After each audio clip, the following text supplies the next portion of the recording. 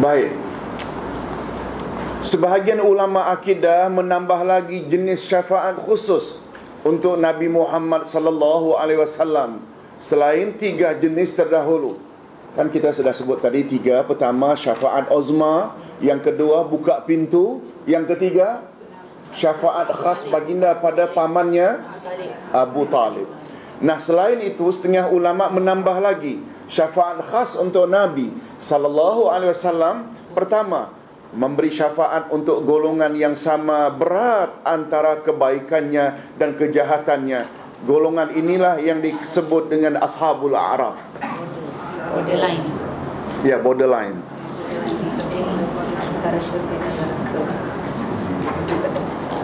Pernah dapat cerita tentang Ashabul A'raf? Ustaz Safwan ada barangkali sebut.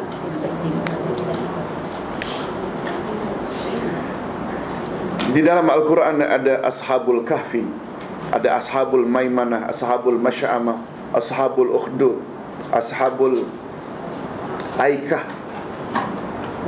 Satu di antaranya Ashabul A'raf.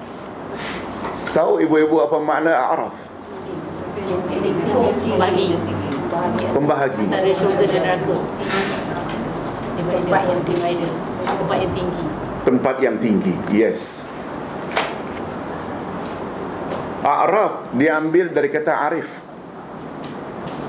Apa makna arif tu? Bijak. Tahulah. Banyak pengetahuan atau mempunyai pengetahuan yang mendalam. Tuan Hakim yang arif lagi bijaksana. Kan selalu disebut. Walaupun kadang-kadang setengah hakim tak bijak. Di dunia ni maksudnya lah, di dunia. Bijak sini, ya bukan bijak sana, ya. Arif maknanya apa, Bu? Bijak, kenal. Ta'aruf kan saling berkenalan. Makna araf ada 2. Pertama kenal, yang kedua tembok yang tinggi yang terletak di antara syurga dan neraka. Golongan ini adalah golongan yang amal baiknya dengan amal jahatnya sama berat ketika ditimbang.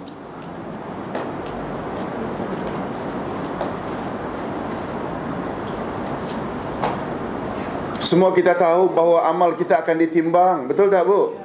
Siapa yang lebih berat amal baiknya tempatnya syurga. Fa amma man thaqulat mawazinuhu fahuwa fi 'ishatir radiyah. Siapa yang timbang amalnya ringan, amal beratnya, amal baiknya ringan, amal jahatnya berat, dilempar dalam hawiyah, api yang bernyala-nyala. Bila ditimbang balance, Allah suruh naik di tempat yang tinggi tadi. Itu A'raf.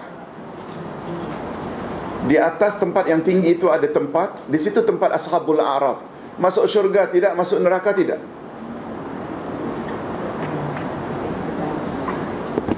Timbang lagi berat baik syurga, neraka, syurga, neraka, syurga, neraka. Begitulah. Balance disuruh di sana lagi. Di atas tembok yang terletak di antara. Itu A'raf dengan makna tembok yang tinggi. A'raf dengan makna mengenal, mengetahui. Rupanya mereka yang berada di atas tembok yang tinggi yang terletak di antara syurga dan neraka, mereka tahu apa yang berlaku di dalam neraka penuh siksa, apa yang berlaku dalam syurga penuh nikmat. Mereka tahu, mereka tempat yang tinggi dapat tengok.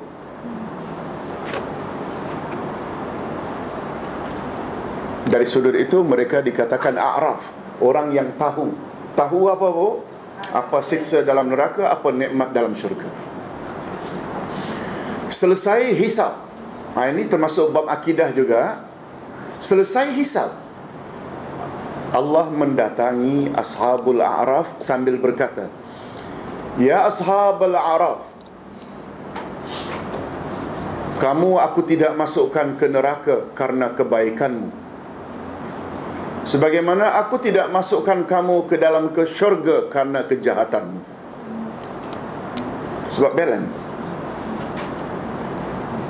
Tapi sekarang, wahai Ashabul A'raf, masuklah kamu. Antum tulaqa. Kamu semua aku bebaskan.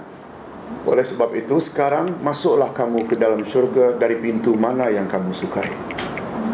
Akhirnya ke mana Ashabul A'raf? Syurga. Pertanyaan, mau tak jadi Ashabul A'raf? Tak mau, itu yang betul.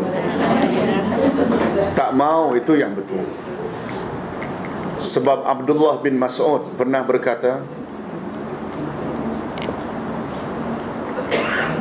sungguh celaka Ashabul A'raf. Takkan yang 10 tak dapat mengalahkan yang 1. Faham tak yang ini? Takkan yang 10 tak dapat mengalahkan yang 1. Maksudnya, manusia bila buat baik kan minimal ganjarannya 10. Manusia bila buat jahat satu pula. Kan ini maknanya, sekali salat 10 kali berjudi, baru balance. Dapat faham maksudnya? Ini contoh saja maksudnya. Ini yang Abdullah bin Abbas, bukan Abdullah Yasin sebut, bukanlah.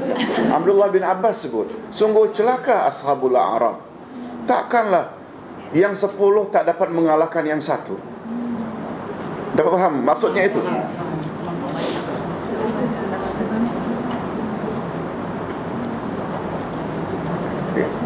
Ini boleh kita dapat dalam tafsir surat Al-Hadid ketika Allah menjelaskan tentang orang-orang munafik, bahawa nanti di akhirat manusia berjalan di padang mahsyar disinari oleh lampu besarnya sesuai dengan amalan mereka.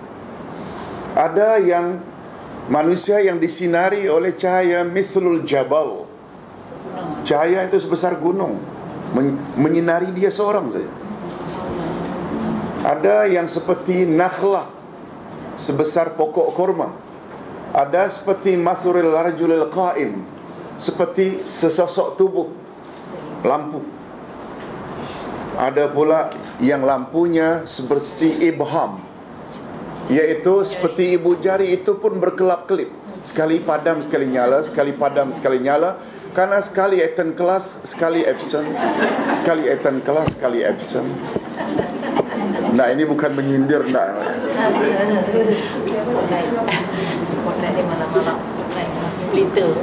Jadi besar kecilnya cahaya menerangi manusia. Itu sebabnya ibu-ibu, hari Jumaat ini sempena. Siapa baca surat Al-Kahfi pada hari Jumaat, nanti di padang mahsyar akan muncul cahaya dari telapak kakinya menjulang hingga ke langit, menyinari dirinya. Al-Kahfi bukan Yasin.